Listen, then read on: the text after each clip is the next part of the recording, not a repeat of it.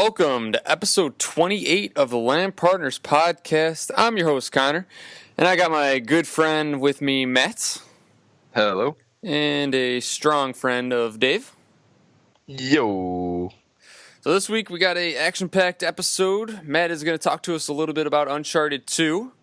We're going to play the Name That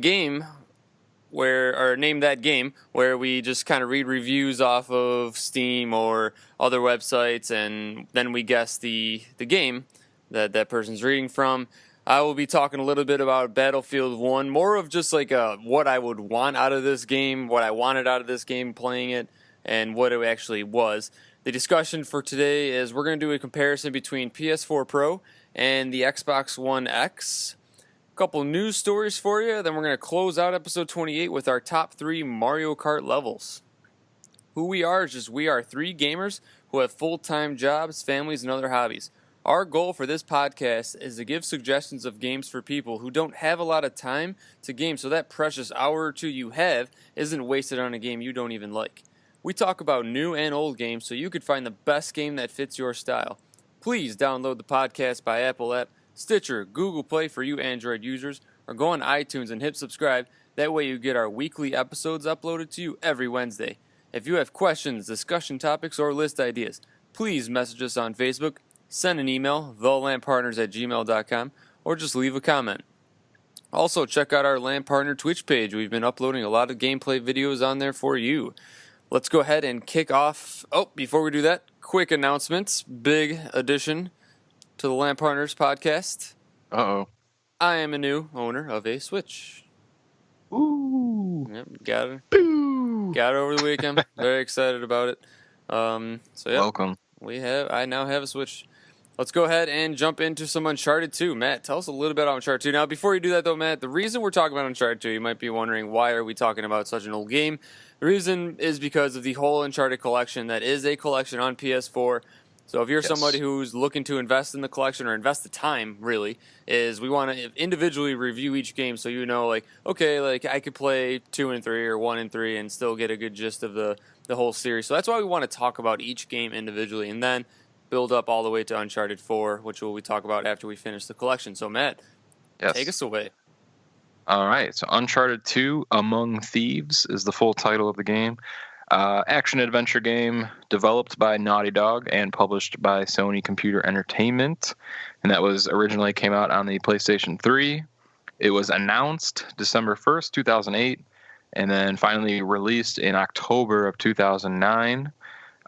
So it's obviously the second game in the Uncharted series. The game, you play as Nathan Drake. He's traveling around the world again in search for treasure. This one follows kind of the inspiration of Marco Polo.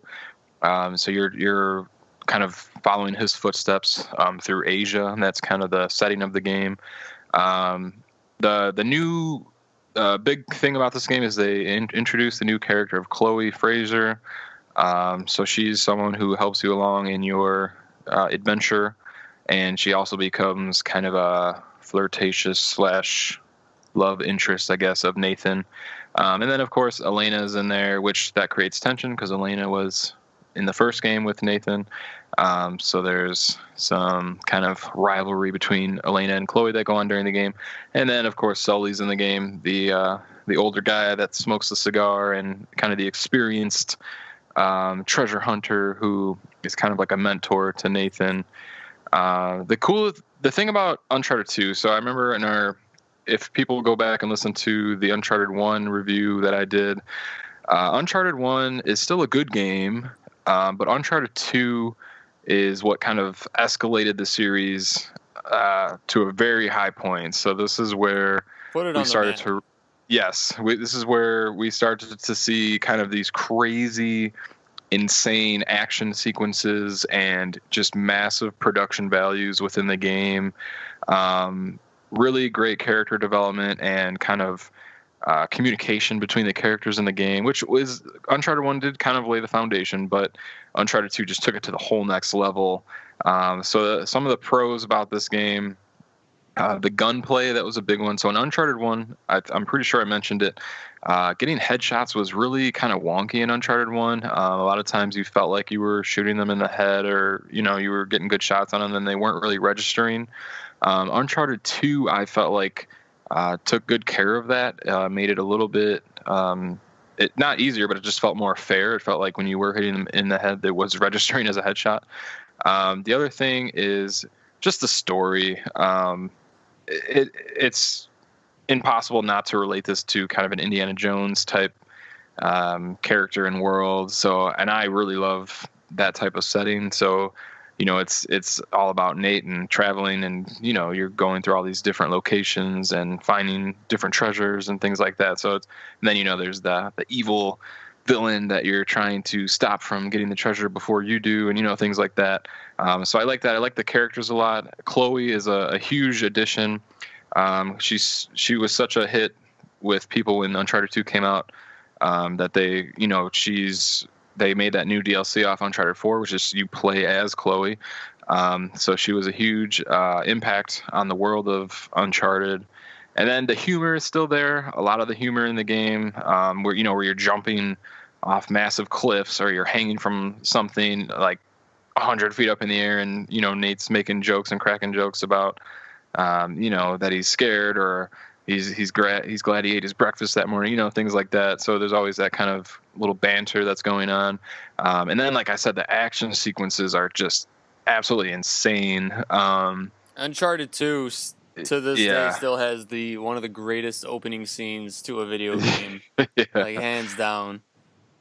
It's like when one thing happens, it's just a domino effect, and you think you're safe, and you think the sequence has ended, and it just keeps going, and you don't understand like how Nate could possibly handle the situation that he's in.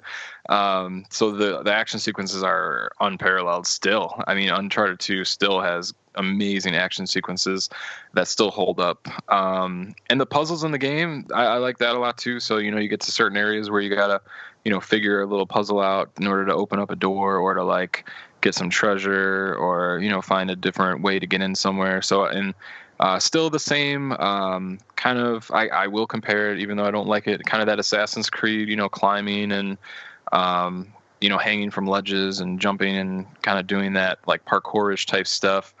The one thing I would say, I guess if I had to give a con, since I did love the game so much, is it still does have that formula of just waves of enemies coming at you. And it's not as bad as Uncharted 1, though. They did improve it, and not just because Uncharted 1 was just like, felt like unlimited waves of enemies coming at you. Uncharted 2 still has that same formula, though, where, you have to just keep killing everyone in order to like progress. So it's not a game where you could run away from a fight. They purposely make you take out all the waves of enemies, and then, like a car will blow up and open up like a new pathway or something after you kill everybody. So if you're not really into that, it is something to think about, but I don't want anyone to let that kind of hinder the experience of the game. But that was, like I said, that was a con if I had to give it one. But overall, I loved this game. I actually, I know we'll get to Uncharted 3, but I actually like this game more than Uncharted 3. But I still loved Uncharted 3 as well. I gave this a 9.5 out of 10. The only thing keeping it from a 10, I think, was still that there was still just some tweaking I felt like that was needed in terms of that combat, where you felt like you were just getting overrun constantly. And then they're, the same AI of like, they can plant a grenade on your head from 300 yards away. Yeah, and then, we always made the joke that they're like Joe Montana and Troy Aikman and right. Dan Marino just chucking nades and just on a placing dime. it right on you. On a dime. No matter where you were, it'd land right next to your feet, and you're having to roll out of the way or something. But yeah, it's an amazing game. It's a part of that collection, like we were saying. So again, if you have any interest whatsoever in the Uncharted series and you still have not played, please go and get it. The collection, if you have a PlayStation 4.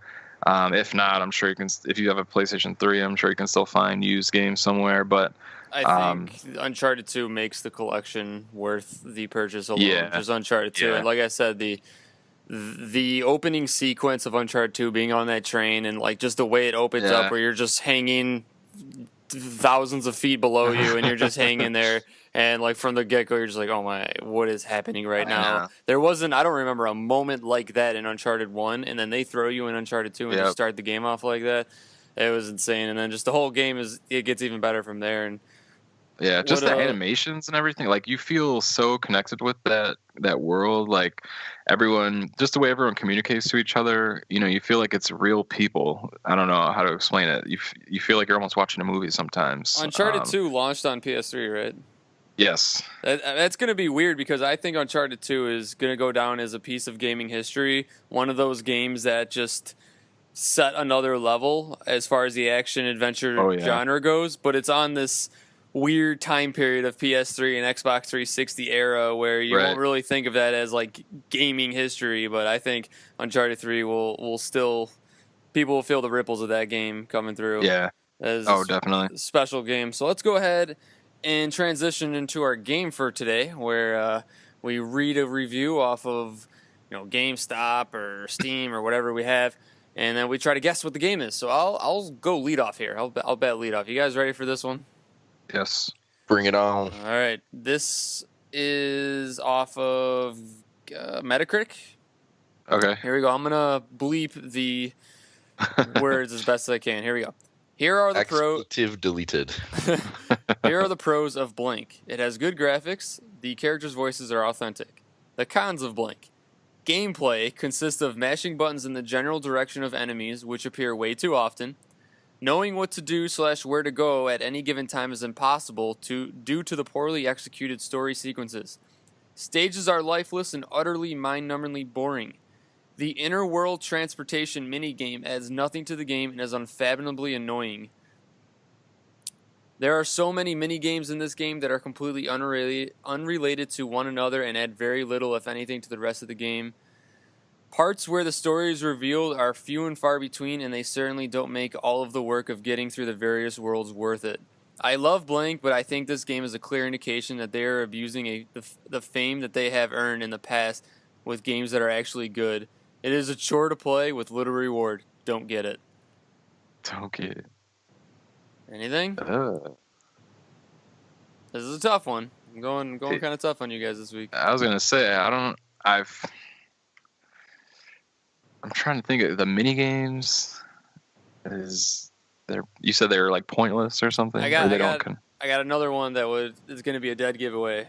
You don't have I thought there was one line in there that I thought you guys would have been like, oh, I know exactly what he's talking about. Was it the Inner World Traveling or something? The Inner World Traveling. Because you said it's like a mini game or something? Yeah. Was that right? Did you hear what I said? No, I didn't hear you. What'd you say? Kingdom Hearts? Yep. Oh, yeah, okay. Kingdom Hearts. It's the gummy ship. Come on now. It's the worst This is thing fun. ever. It's funny because Connor loves these games. He's reading a review about how no one wants to play it. Those are the best reviews, though. That was a good one. Let me read you the other one real quick. All right. It's just so funny. I really wanted to like this game. I endured the bad, infuriating camera and control response and button mashing, but gave up at the Little Mermaid level. Do you remember the Little Mermaid level? Oh, I remember you talking about it. How terrible it was. No way could I take any more when the already bad control / camera scheme was plunged underwater.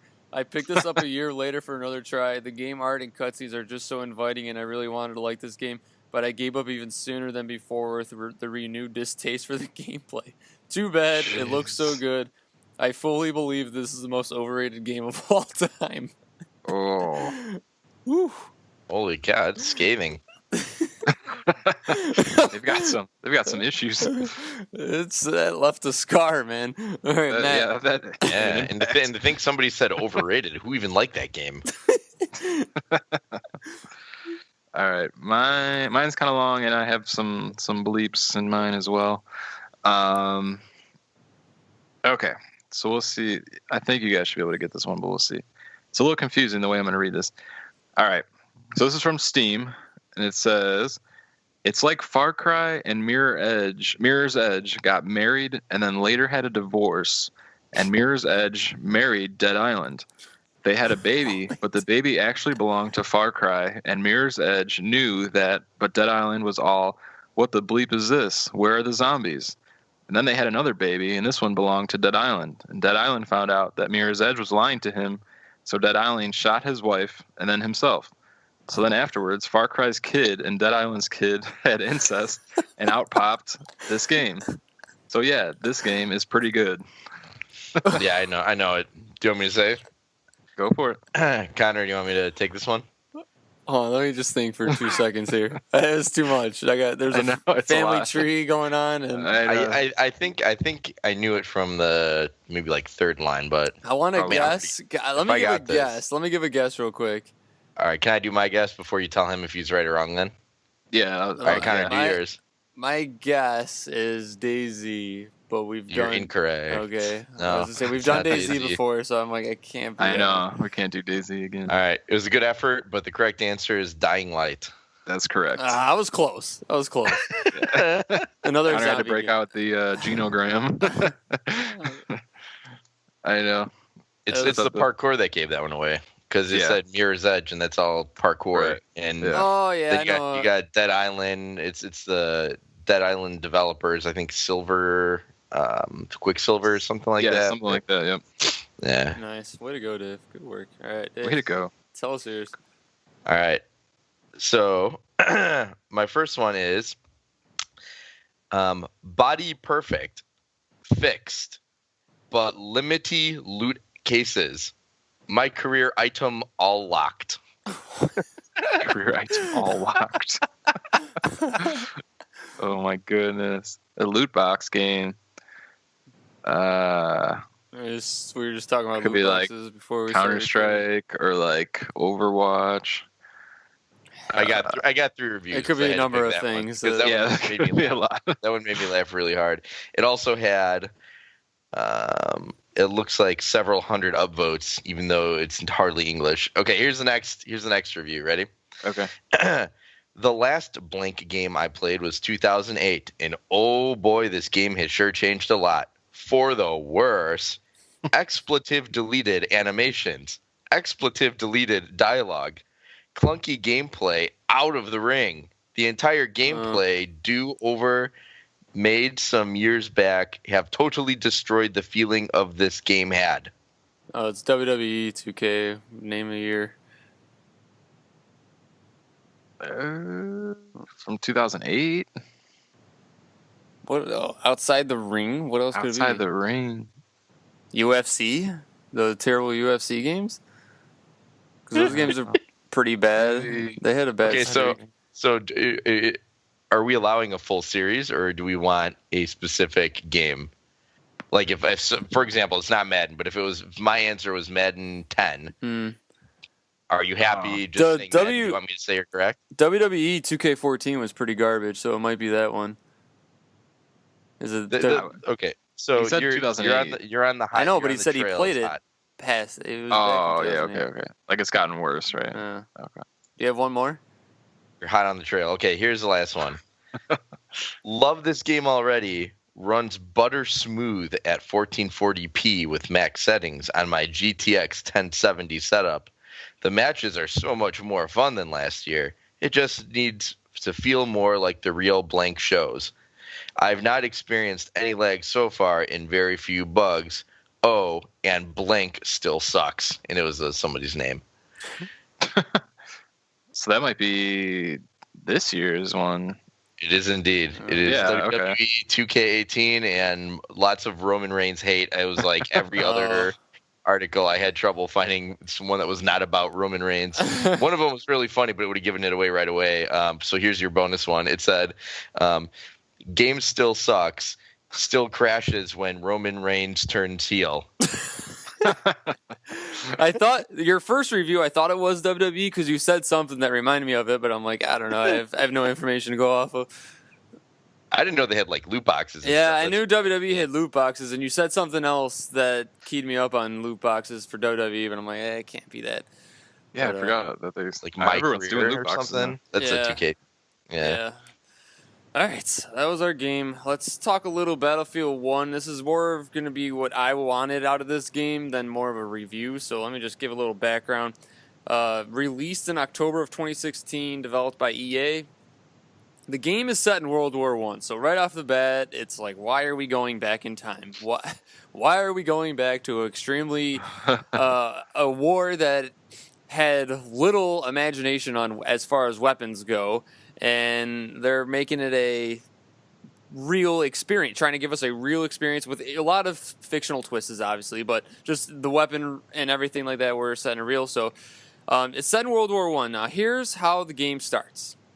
You start off as a soldier, and it says, try to survive as long as you can. And you start going through, and then you get killed, and then you transport into another soldier, and you're in a whole different scenario. Or still in the same battle.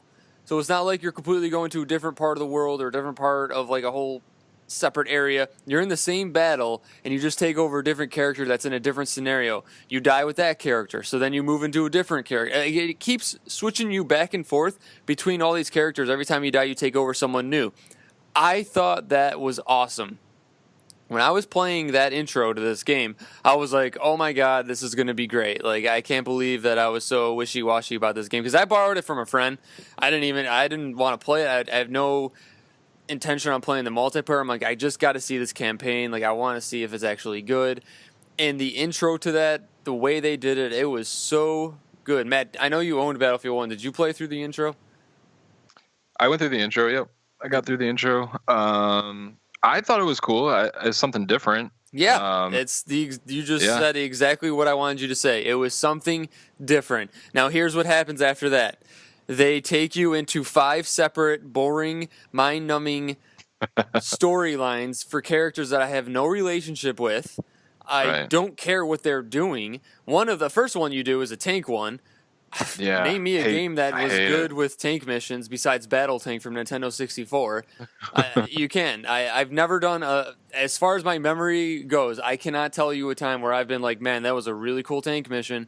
Nope, I can't think of it, but that's what they do. They give you this awesome intro, and then they sink you into this tank mission where you go around and you're basically just sitting there, and you just shoot tanks back and forth. You take like 7 hits, and then you shoot them 8 times, they blow up, and then you heal yourself, and you're fine. Just staring at each other. Yeah, that's all it was.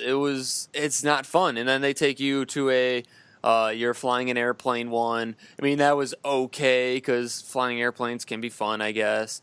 And then all the different storylines. It's just what they should have done with this game is what the intro was. Something completely different that I've never seen before. Have this scenario where you're taking over all these different soldiers. And Matt, I talked to you about this before. What I wanted to see out of it was set it up a way where if you die, you take over another character, but then you have to like work your way back up in the battlefield to get back to where you were. And then if you die again, then you lose more progress. Almost like a save point, but you have to take over a new character, and then the scenario changes a little bit where maybe you'd have to, after you die, you have to take over a tank to move up even further, a machine gunner or paratrooper, something cool like that, like for the whole game. I know they could have been creative. I know they could have put more time into this, but I just feel like these storylines I had no interest in them. It was let's just see where this is going and get this game over with so I know what this game actually was. Yeah. And I was just very. I wish they would have had more, because that's what happened to me. I didn't even finish the campaign when I played, because just the reasons that I know you finished, but I think I disliked it even more than you did, and I just lost interest in it because you felt like you had no connection, because each little mini campaign was its own like new story all over again, and they tried to kind of give you a description of this person that you were about to become and what they were doing, but it's just kind of like I didn't have enough time to invest to really care about what this guy was doing. And it was just so bogus, the thing you did. It was like, and I don't know if I talked to you about this. One of the missions was you took over this guy who had basically like an Iron Man suit that was invincible to like bullets, and it was just like, come on, I'm just walking around in this gigantic suit just mowing down enemies at left and right. And it was just so inaccurate and just so bogus where I'm like, this is just stupid now. Like, I'm not even playing like a true history, and I'm playing, and I know I talked about this before with The Order and Wolfenstein, where you're playing like an alternative history, like Order had a complete wolf and vampire thing going on. Wolfenstein had these crazy robot Nazis thing going on. This game was just in the middle of this wonky area where it's like, this is kind of real, but just kind of lame at the same time. Like, I'm just wearing a giant armor suit that just is impenetrable to bullets. Like, it just it didn't keep me entertained. It just felt stupid at times. So but you could ride a horse, couldn't you? You could definitely. I don't remember. I don't remember if you rode a horse. I think you could in multiplayer. You could ride a horse.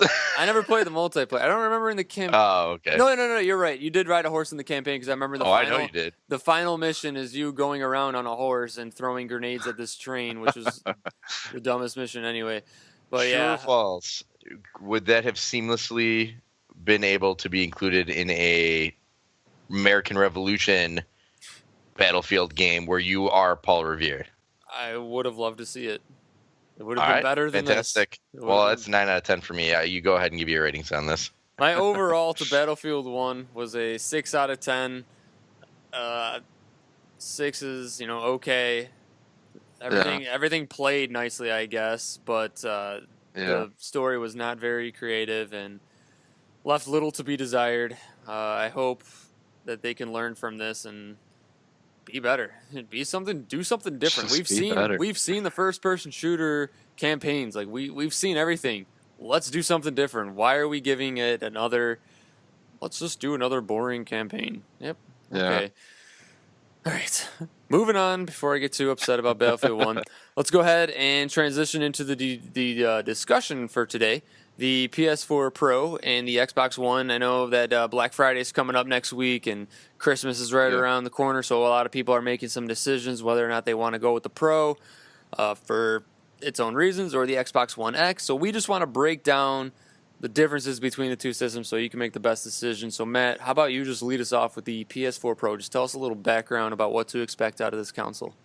Sure. So I'm not going to get too techie on you, but I just do want to explain real quick the big stuff about the PS4 Pro, the techie stuff. So the main processor is an 8-core CPU, custom AMD brand for the PS4 Pro. The GPU, the graphics processing unit, which is the video card, the memory, it's hitting about 4.2 teraflops, which is 2 times the power of the original PS4. So they're boasting that the PS4 Pro has double the graphics memory and power than the original PS4. And then it's using an 8 gig DDR5 memory. So 8 gigs is pretty high. I think most video cards and PCs right now, I mean, you can get pretty ridiculous with some of them, but the most of the consumer-friendly ones are sitting around 8 gigs right now. You still just get the 1 terabyte hard drive, which drives a lot of people nuts because game file sizes just keep getting bigger and bigger, and that's not going anywhere anytime soon. But yeah, the PS4 Pro, so the big distinguishing thing, and I know Dave will get into this for sure as well, is that the PS4 Pro is able to output video in 4K, in native 4K, but it is not able to output the actual games that you play in native 4K. So what it does is it uses a special technology that upscales your game to get as close to 4K clarity as possible. So technically speaking, it is not a native 4K situation. I do own a PS4 Pro. I do have a 4K television. I like to think I have a very good eye when it comes to graphics and visuals and things like that. I have not noticed that a game doesn't look 4K on my PS4 Pro. But I can't ignore the facts that it's clearly not a native 4K. The games still do look amazing to me though. And also PS4 Pro can hit HDR, which is high dynamic range. So that gives you, like intense, vibrant colors, and that you do have to have a TV that supports high dynamic range though, in order to use that feature. And I mean, that's pretty much the big stuff with the PS4 Pro. And that, I know that's the big distinguisher, is just the 4K I think a lot of people, because they're kind of tricky with it. They say it plays games in 4K, but they kind of have the asterisk next to it. So you have to kind of read the fine print to notice that it is an upscaling technology that they're using for the games. But if you are watching video like YouTube, something like that, and it supports 4K, those are able to play in native 4K. The other big thing, too, that I'm sure Dave will get into is that the PS4 Pro, surprisingly, does not have a Blu-ray player capability. It cannot play Blu-ray movies. So, which is insane because I didn't know that. Sony owns Blu-ray. Really? Yeah, it cannot play. Wait, the PS4 a movie. Pro only? PS4 in at general? all. It can. Wow. Yeah, they cannot play. Yep, it's insane. I don't know why they left that out. Even though like the discs for games are Blu-rays, but if you wanted to play a Blu-ray movie, like a 4K Blu-ray movie, it will not play. All right. Well, Dave, how about you tell us a little about the Xbox One X, then we'll get into the games. To touch real quick on the 4K Blu-ray, the PS4 Pro can play standard Blu-rays, but it cannot play 4K Blu-rays. That is a straight up. That's right. That is a straight up Xbox One X thing. Which is hilarious. Which is pretty funny, because like Matt's saying, like Sony, the kind of inventor of Blu-ray and its popularity, doesn't have the most current standard of Blu-ray on their big, powerful console. Anyway, so like Matt was saying, the CPU is pretty negligible to get in kind of like the tech speak. The Xbox One X has the same 8-core CPU that's standard in most high-power gaming machines, except it runs at 2.3 gigahertz instead of PS4's 2.1 for the Pro. The teraflops, which was that fancy word that basically means like floating points on the screen at once that can be rendered, and the Xbox One X has 6 teraflops to the PS4 Pro's 4.2, which doesn't seem like a ton, but it's actually very significant. Yes. Like Matt was saying, the PS4 had somewhere in like the 2 something range. I don't have the number in front of me. And this PS4 Pro kind of doubled it. And he said that was noticeable. Well, imagine that same increase again up to 6. So you just, had that same amount of floating points on the screen at once, which helps you do certain rendering tricks that make the game look sharper and smoother. It can help you have more like interactions between different programmed objects on the screen at once. So those teraflops are very important. And Matt was saying how the PS4 Pro had the 8 gigs of GDDR5 memory, which is the faster type of RAM. Xbox One X, 12 gigabytes of GDDR5 memory. That's completely unlocked to developers. So, I mean, if you look at what the Xbox One X and the PS4 Pro have to offer in terms of the amount of freedom they give developers, there is no comparison. The Xbox One X is a much more open system. I mean, you're not looking at the ultimate in open systems. We're talking about a PC in that case. But the Xbox One X is much closer to that like PC relative than the PS4 Pro. And some of the stuff Matt was saying, he is absolutely correct. I am going to touch on that a little bit, like the native 4K. Now, what native 4K means when we talk about Xbox One X is there are still some games that upscale. You can look online and you can see which games are enhanced by the Xbox One X and still upscale, much like the PS4 does, which means that it doesn't actually natively push 4K rendering. It actually, pushes less than that and then kind of dials it up a little bit like the PS4 Pro does to make it look close to 4K. But the Xbox One X does have some native 4K games, Forza Motorsport 7 being one of them, where it is actually in 4K natively, no upscaling, just boom, 4K, renders it all, shows it to you, it looks beautiful, and it runs it at 60 frames per second. A big concern about the PS4 Pro is, it can upscale to 4K, but it can't even do it at 60 frames per second. And this goes back to like that tech hardware stuff. Now, like Matt's saying, are you really going to notice all this if you don't have a keen eye for graphics? Honestly, probably not. I've seen games that are upscaled on Xbox One X enhanced up to 4K, and I've seen a couple native 4K. And I'm going to be honest, I like to think of myself as a pretty big PC gamer. I can notice, the smoothness of a jagged edge to as good as anybody else. And really, I'm not so sure. I haven't seen a PS4 Pro in action, but based on the upscaling for Xbox One X versus a pure native 4K, to me, I'm not really seeing a whole lot of a difference. I'm not seeing a whole huge lot of difference. So if you're someone who has a PS4 Pro and you're like, oh, all these Xbox guys are all making fun of me because my console is not. No, it still looks beautiful. It looks gorgeous. If you've seen the trailer for Last of Us 2, I mean, come on. Yeah. Like, the game looks, I don't know how you're going to tell me that it's not really all on, the onus is not on the developer to make a game look fantastic. We've seen it happen. The PS3, Last of Us, the original one, pushed that console to its limits, and it looked like, in my opinion, almost as good as, a PS4 game. They didn't even really have to remaster that one. So it's up really to the developer to make a game look absolutely stunning. And in my opinion, I would just go for where you like the games. I don't really see that much of a difference. And that leads us right into the games. So let's talk about the games. Now, I'm just going to go through the first-party titles that have been released in the last year. I gave Xbox One that came out late 2016 and PS4 one that came out late 2016. But here we go.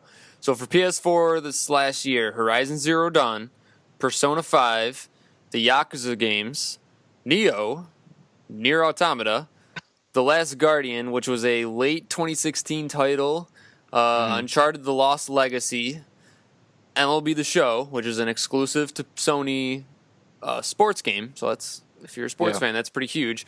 And the Xbox One exclusive games, Gears of War 4 was late 2016, so I'll give them that. It's a late game.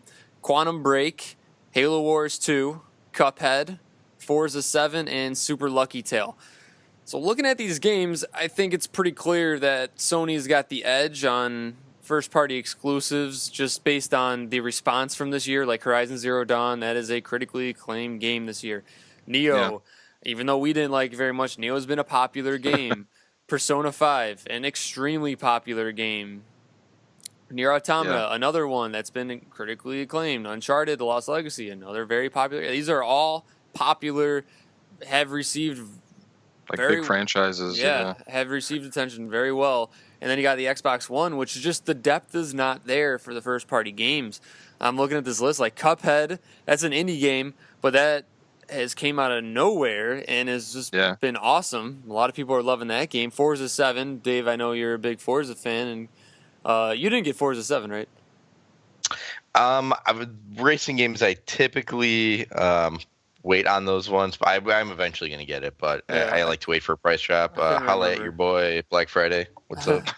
And then Halo Wars 2, it doesn't seem like, it receives well, but that's not a game that a lot of people are going to go buy a console for. They might buy it for Halo, but not Halo Wars. So it just, it all comes down to personal preference, but as far as the first-party titles go, I would give the edge to PS4.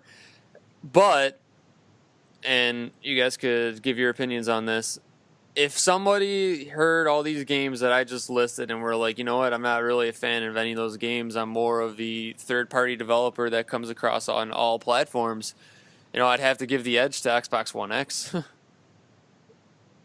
Yeah, I think, too, the thing that, we kind of clarified it, but maybe to clarify it even more, is that if you are interested in investing in one of these consoles, kind of the disclaimer is that, so these are considered a family of consoles. So like the PS4 and PS4 Pro, they both play the same games, and the Xbox One, Xbox One S, and Xbox One X all play the same games. So they're considered a family of systems. And so if you get an Xbox One X or a PS4 Pro, the games that you play, yes, they will have minor enhancements just for you playing on that new console.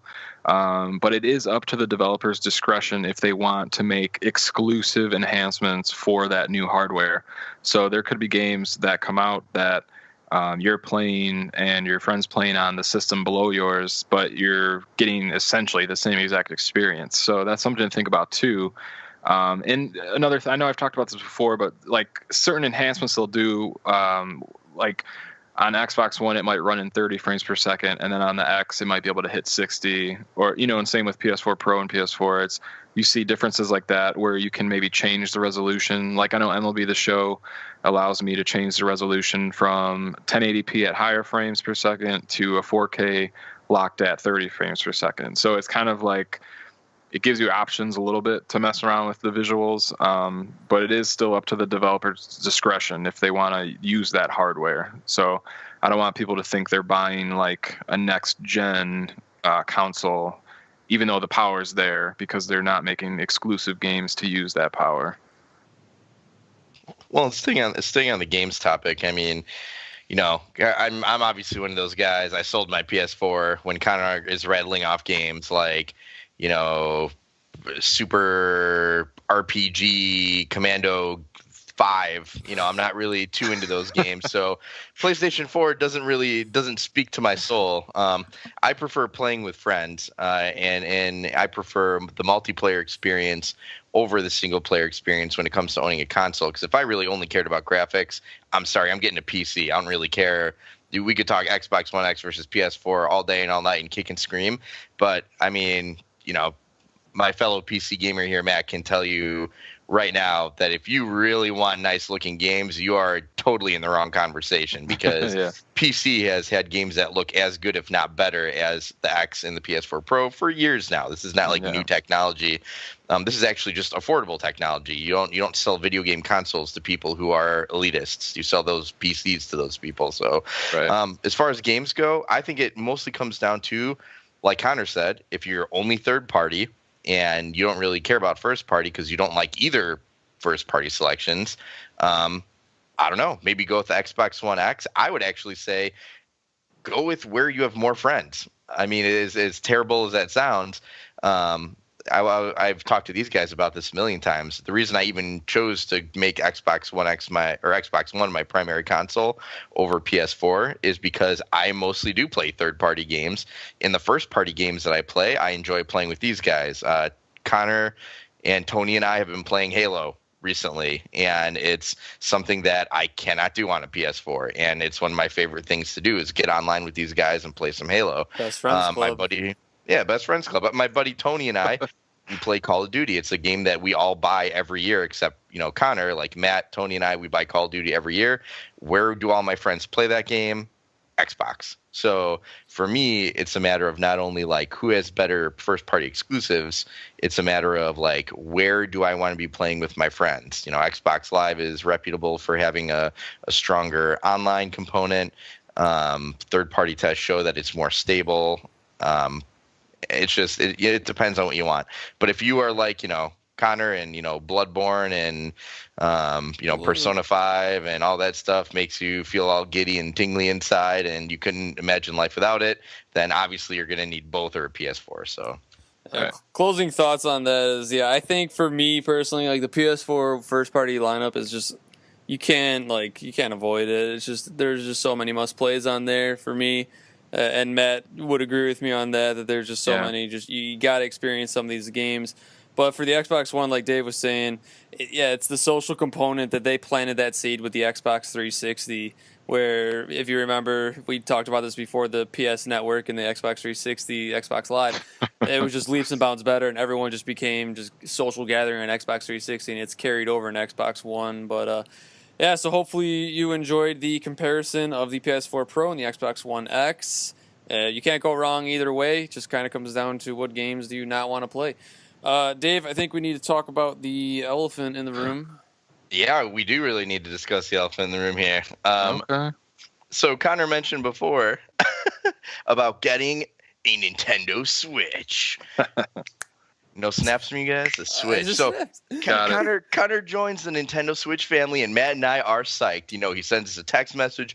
Guys, I got a Nintendo. I'm switching this up. I'm switching that up. And we're like, oh, the Nintendo Switch. So I say, Connor, what is your first game for the Nintendo Switch? Now, if you're familiar with the complete roster of games for the Nintendo Switch, it's growing mighty fancy right now.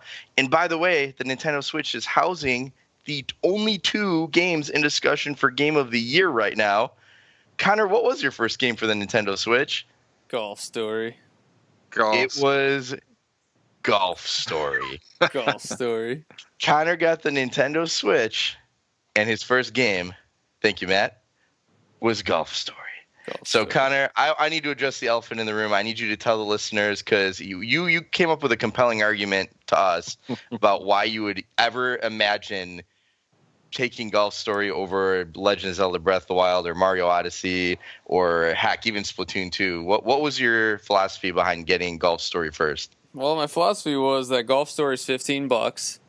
Christmas is right around the corner, so I pay the $15 now, play Golf Story until Christmas, get Zelda, get Odyssey for Christmas, free of charge, and then I got hundreds of hours of gaming comped on the house by Santa Claus himself. Santa Claus himself. Bringing me some big Odyssey man. and Zelda. That is my logic behind it, because you might question, It's a sound strategy. Why Golf Story? It's $15. Yeah, you can't beat that. No, you can't. It's the almighty dollar. I struggled with that, to be honest. I think more than anyone else here, I struggled with Golf Story being your, because I was so excited. I'm like, we're going to talk about Mario Odyssey all night. This is going to be awesome. I'm going to send him so many text messages, and now it's like, did you make par on the third hole? Did you upgrade your statisticals? What type of iron did you use? Like, I don't know. I couldn't get super behind it. Maybe the listeners can maybe convince me why Golf Story is a good first Nintendo Switch game. Financially sound people out there that will back me up. It's a budget plan. Not all of us go out and buy 2 versions of NBA for $60 a piece. Speaking of which, have you guys seen any Black Friday sales on Nintendo Switch games? That's kind of No, Nintendo 'Cause- does not participate. That Mario Kart 7 I got on Black Friday last year for like a sale $3 off. Yeah, I don't even know if it was a sale. I think it said Probably like for like 35 or something. buy it on Black Friday. It wasn't even. Yeah. Sometimes I wonder if Nintendo ups the price on Black Friday just to see if they could catch people off guard. You know what I mean? Probably, like, they probably stores can. like Mario Kart for $70. That seems like a deal. Yeah. Right. Shell it out. People would buy it too. That's the sad part. All right, so let's go ahead and just talk a quick news story. Star Wars came out today. Battlefront 2. That's a big game. A lot of people getting it. Unfortunately, all of the LAN partners are not going to be getting that game anytime soon. I want to get it though at some point just to play the campaign. I have same thing with Battlefield 1. I have no intention of playing the multiplayer. But Matt, what was the discussion about with the microtransactions? So there's been a huge backlash of players who have jumped into Battlefront 2 already, just about some of the microtransactions in the game, where I guess it's your worst nightmare. And Dave's talked about this before in multiplayer games, where the people who play longer have an advantage, or also the worst nightmare of paying to win. So there are some things that you can unlock. I think they were calling them star cards, and they grant you boosts or things that help you in your combat against others. But some of the boosts were so significant that it was giving people a huge advantage in battle for the people who are willing to pay real money to use these. Which a lot of people are. Right. So it's super frustrating for others, because they were saying if you wanted to spend the time to like just grind and make it to get these boosts without paying real money, you would be playing for so long and it wouldn't be worth it. So and then also you like major characters are not playable at first. You have to unlock them, like Darth Vader, Luke Skywalker, and people who paid $80+ for like special edition pre-orders of this game still need to unlock those characters or pay more real money to unlock them sooner. So the Daves of the world. It's just EA like just taking money from people.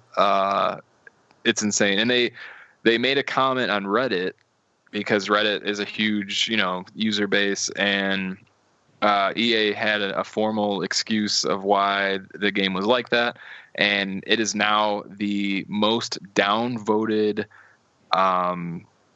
forum question of all time on Reddit. So wow. You can see the passion from people.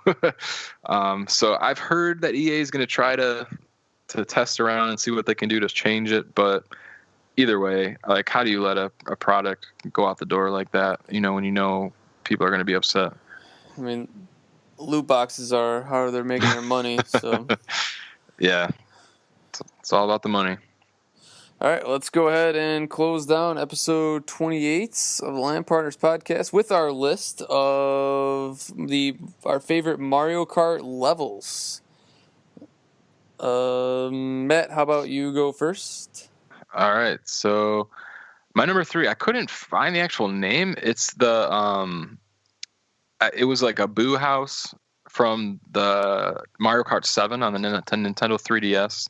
I really like this level just because it has, for me, I'm not like the greatest Mario Kart player in the world, but I can drift a few turns here and there. So it had a lot of cool little twists and turns for me that I really liked. And it just the course felt good. It felt like everything went together real well. Dave, you're number 3? I think we lost Dave. Do you see Dave? Is he there? No, it says he just left. All right, yeah, I think we lost him. All right. God. I guess we'll just finish this up ourselves. All right, so my number 3 is Dino Jungle from GameCube. Dino Jungle. Do you remember that level? I do remember that, now that you're just mentioning it. Giant dinosaur in it. Yeah. There's a lot of skill involved with this level because there's a couple turns in like the back part of the loop where there's a bridge, and like you could really do some damage on that bridge. I really like that bridge. Yeah, I do remember that. All right, so let's see. So my number 2 is Yoshi Valley from the Nintendo 64. So I don't know if this is a very widely liked level. I think that it's so. I know that we got Dave back. So Matt, Dave is back. Dave's back. We'll get Dave's 3 and 2. We continued on without you, Dave. Sorry. Oh, it's all right. The Reddit gods didn't want me to make my comment, so. So yeah, I was saying my number 2 is Yoshi Valley from the N64 version of Mario Kart. Just this one had like multiple paths you could take, so I always thought that was fun because you didn't know where people were going to end up if they went different directions. All right, Dave, how about we get your 3 and then your 2? Sure. You're going to hate all of mine, absolutely all of them, because I know what your favorite Mario Kart is, Connor. Hold on, wait, Matt, what was your number 2? I was distracted by Dave coming in. Yoshi Valley from N64. That's what I thought you said. Okay. All right, Dave, what was your number 3? All right. My number 3 is Rainbow Road from N64 because you had that awesome jump that you could make that everybody tried to do 100 million times that would allow you to shortcut over half the map by just like jumping over the rail. So that was awesome. And then my number 2 is another N64 Mario Kart map, Toad's Turnpike. Which I'm not sure if you guys mentioned because the worst Mario Kart, and you're just dishing out Mario Kart 64 levels. All right, my number 3, Dave, was Dino Jungle from GameCube. My number 2 is DK Jungle from GameCube. This map. There's a reason why it's not my number 1, and when I get to my number 1, I'll tell you that reason. But my number 2 for DK Jungle, this map is it's so skill based that if you're not very good at this game, like you will not be good at this level because you will fall off the map. You'll fall off every corner every time, and it's a tough level if you're not very good. And that's I love the skill involved with Mario Kart and that level. You're talking about Double Dash, right? Yeah, Double Dash game. Okay. Double Dash. Okay. Yep. All right. So we're at number 1. Matt, hit us with your number 1. My number 1 is kind of a cheat answer, but I'm just going to say Rainbow Road from every version of Mario Kart because it's like that end of the cup level where you never know what's going to happen because there's always something crazy that happens where, you just get bad luck or you fall off the end or something like that. So it's always up for grabs on Rainbow Road. Dave? Yeah, I struggled with the Rainbow Road when I picked it because I can't remember, to be honest. I can't remember if it's the Super Nintendo or the N64, but I'm pretty sure it's the 64 where like you jump on like the third yellow stripe and you can do the shortcut. I'm surprised you don't know about this, Connor. I'm trying to think of what you're talking about, but I get all the Rainbow Roads confused. I'm going to find a video that we can post on the Facebook of how to cheat on Rainbow Road on N64. I think it's that one.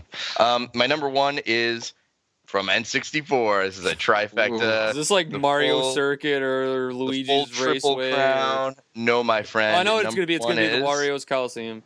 You're again incorrect. It is. Oh. Wait for it. Koopa Troopa Beach. the number one Mario Kart map of all time, and everybody loves the shortcut where you mushroom boost that one ramp going into the wall. Yeah. It's classic. My friends and I would actually like save up mushrooms 8th place just to hit that one part. So I liked Wario's Coliseum or whatever it's called. I like that too. Like the dirt bike looking place. Yeah, that place was cool. My number one is also Rainbow Roads. I just think that the pinnacle of Mario Kart coming to Rainbow Road at the end of every circuit, and you play all those races, and it all comes down to Rainbow Road, and it's always intense. And Rainbow Road is notorious for not having guardrails, so you're just falling off left and right, and it doesn't get any more fun than Rainbow Road. A couple honorable mentions because I'm just a huge Mario Kart fan, so it was very difficult for me to narrow down to 3 levels. Koopa Cave from, I think that was Wii. Was Koopa Cave or Wii U? No, it was Wii. Was Koopa Cave. Ghost Valley from Super Nintendo. Grumble Volcano, another Wii one. Wario's Mineshaft, and then Wario's Coliseum, like Dave didn't mention. Yeah. Dave didn't mention. I was going to say the Boardwalk ones, but you mentioned it now. But yeah, those ones I always think of Mario Kart. I always think of the Boardwalks. Yeah. Yeah, those are a lot of good levels. Do you guys have any honorable mentions for Mario Kart? I don't think so. Probably just Baby Park. What was that? The GameCube version, Double Dash, your favorite version. Worst nightmare. Giving birth really to the good greatest course. map of all time. The 100-meter dash. Course. Really, a lot of skill involved. Go from 8th to 1st in the last 10 meters. Yeah. I saw one of the in honor of this topic for our top 3. I actually went online and looked at what other people thought, and someone actually put that as like number 2 or number 3, like Baby Park. I was like, Connor would hate this. I saw a lot of lists that were just complete garbage. Just a bunch of maps that I couldn't stand. That were just no skill was involved. Like I hate straight shot maps and with not a lot of turns. Like I like skill based levels. All right, so that was episode 28. We covered a lot of ground today. I hope you guys enjoyed it. Thank you, Dave. Thank you, Matt, for joining me this week. Thank you so much for listening. See you next week.